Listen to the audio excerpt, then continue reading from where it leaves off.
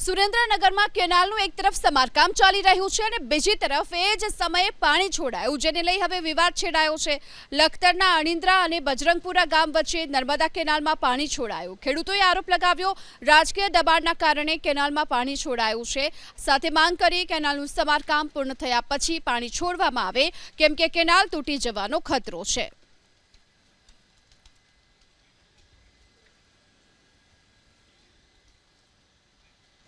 સુરેન્દ્રનગરમાં કેનાલનું એક તરફ સમારકામ ચાલી રહ્યું છે અને બીજી તરફ એ જ સમયે પાણી છોડાયું, જેને લઈ હવે વિવાદ છેડાયો છે।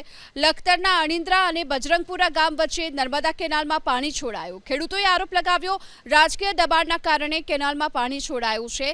સાથે માંગ કરી કેનાલનું સમારકામ પૂર્ણ થયા પછી પાણી છોડવામાં આવે, કેમ કે કેનાલ તૂટી જવાનો ખતરો છે।